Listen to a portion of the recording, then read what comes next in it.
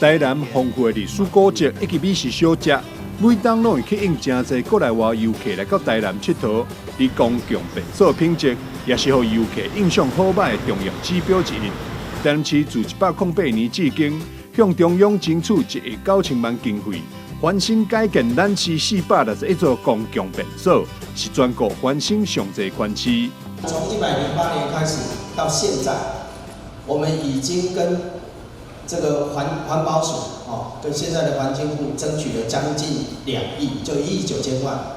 那要这个新建或是整修厕所超过460座，这是一个很惊人的量这个当然厕所做了之后，就是要怎么样？要维护，要使用的时候呢，这个要让人家舒服为了新便所，当然嘛要有能力维护清洁，才会当让民众有舒适的体验。环保局也特别办理只有清洁队员以及公共便所，由市长黄伟泰、环保局长许仁哲亲自颁奖表扬。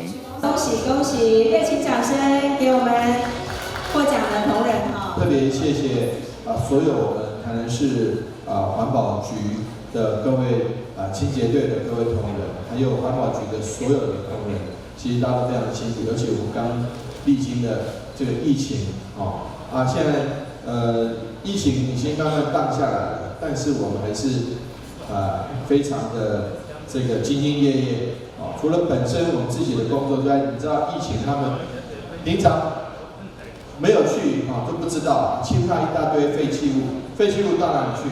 还不是要到环保局？废弃物谁来清？还是公所配合，尤其是我们主要环保局的清洁队的同仁来清。清出来之后，到哪里去？要到可以资源可以做资源的就到回收，没有办法做资源的就必须进焚化炉。所以说其实辛苦的很多都是环保局。除了表扬，环保局长许仁哲也带来一项好消息。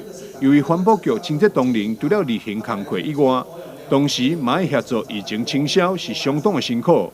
市长委托将发送喷药人员以及其他协助喷药工作人员，每人4000块到5000块奖励金，感谢大家辛劳付出。记者张世伟采访报道。